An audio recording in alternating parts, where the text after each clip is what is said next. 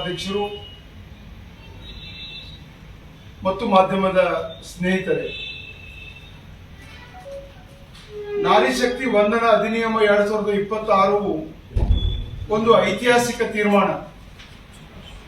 ಭಾರತದಲ್ಲಿ ಮಹಿಳೆಯರ ರಾಜಕೀಯ ಪ್ರತಿನಿಧಿತ್ವವನ್ನು ಹೆಚ್ಚಿಸುವ ಉದ್ದೇಶದಿಂದ ಮಹಿಳಾ ಮೀಸಲಾತಿ ಮಸೂದೆ ಒಂದು ಮಹತ್ವದ ಸಂವಿಧಾನಾತ್ಮಕ ಪ್ರಯತ್ನವಾಗಿದೆ. 27 ವರ್ಷಗಳ ದೀರ್ಘ ಹೋರಾಟದ ನಂತರ ಅಂಗೀಕರಿಸಲಾದ ಮಹಿಳಾ ಮೀಸಲಾತಿ ಮಸೂದೆ ಈಗ ನಿಜವಾಗಿಯೂ ಜಾರಿಗೆ ಬರಲಿದೆಯೇ? ಕ್ಷೇತ್ರ ಮರು ವಿಂಗಡಣೆ ಪ್ರಕ್ರಿಯೆ, ಜನಗಣತಿ ಮತ್ತು ರಾಜಕೀಯ ಇಚ್ಛಾಶಕ್ತಿಯ ಕಸರತ್ತಿನ ನಡುವೆ ಭಾರತದ ಮಹಿಳೆಯರ ಭವಿಷ್ಯ ನಿರ್ಧಾರವಾಗಲಿದೆ. 33% ಲೋಕಸಭೆ ಹಾಗೂ ರಾಜ್ಯ ವಿಧಾನಸಭೆಗಳಲ್ಲಿ ಮೀಸಲಾದ ಸ್ಥಾನ ನಿರ್ಧಾರವಾಗಲಿದೆ. ಪ್ರಸ್ತುತ ಲೋಕಸಭೆಯಲ್ಲಿ ಮಹಿಳಾ ಪ್ರಾತಿನಿಧ್ಯ 2024ರ ಪಾರ್ಲಿಮೆಂಟ್ ಚುನಾವಣೆಯಲ್ಲಿ ಮಹಿಳೆಯರ ಒಟ್ಟು ಪ್ರಾತಿನಿಧ್ಯ 14.4%. ಭಾರತದ ಸಂಸದೀಯ ಇತಿಹಾಸದಲ್ಲಿ 2023 ಸೆಪ್ಟೆಂಬರ್ ತಿಂಗಳು ಒಂದು ಐತಿಹಾಸಿಕ ಅಧ್ಯಾಯವನ್ನು ಬರೆಯಿತು.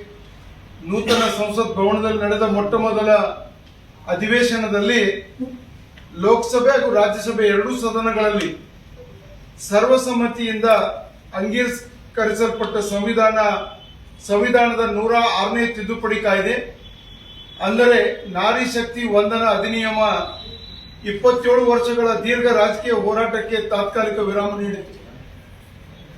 ರಾಷ್ಟ್ರಪತಿ ದ್ರೌಪದಿ ಮುರ್ಮು ಅವರು 28 ಸೆಪ್ಟೆಂಬರ್ 2023ರಂದು ಈ ಮಸೂದೆಗೆ ಅನುಮೋದನೆ ನೀಡಿ ಅಧಿಕೃತ ಗೆಜೆಟ್ ಅಧಿಸೂಚನೆಯನ್ನು ಪ್ರಕಟಿಸಿದರು.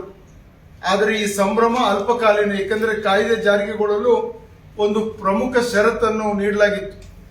ಅದೆಂದರೆ ಮೊದಲು ಜನಗಣತಿ ಆಗಬೇಕು, ನಂತರ ಕ್ಷೇತ್ರ ಮರು ವಿಂಗಡಣೆ ನಡೆಯಬೇಕು. ಈಗ ಪಾರ್ಲಿಮೆಂಟ್ನಲ್ಲಿ ನಡೆಯತಕ್ಕಂಥ ಈ ವಿಶೇಷ ಅಧಿವೇಶನದಲ್ಲಿ 2026ರ ಏಪ್ರಿಲ್ನಲ್ಲಿ ನಡೆಯತಕ್ಕಂಥ ಈ ಅಧಿವೇಶನದಲ್ಲಿ ಕೇಂದ್ರ ಸರ್ಕಾರ ಸಂಸತ್ತಿನಲ್ಲಿ 3 ಹೊಸ ಮಸೂದೆಗಳನ್ನು ಮಂಡಿಸ್ತಾ ಇದೆ.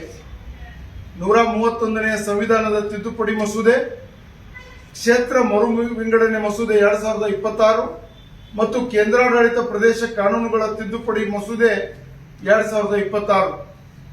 ಈ ಮಸೂದೆಗಳ ಮೂಲಕ ಲೋಕಸಭೆ ಸ್ಥಾನಗಳ ಸಂಖ್ಯೆ 545ರಿಂದ 850ಕ್ಕೆ ಹೆಚ್ಚಿಸುವ ಮತ್ತು ಅಂತಿಮವಾಗಿ ಮಹಿಳಾ ಮೀಸಲಾತಿ ಕಾಯ್ದೆ ಜಾರಿಗೆ ತರುವ ಮಾರ್ಗ ಸುಗಮವಾಗುತ್ತದೆ. 1946ರ ಸಂವಿಧಾನ ಸಭೆಯ ಉದ್ಘಾಟನಾ ಅಧಿವೇಶನದಲ್ಲಿ ಸರೋಜಿನಿ ನಾಯ್ಡು ಒಬ್ಬರೇ ಮಹಿಳೆ ಇದ್ದರು.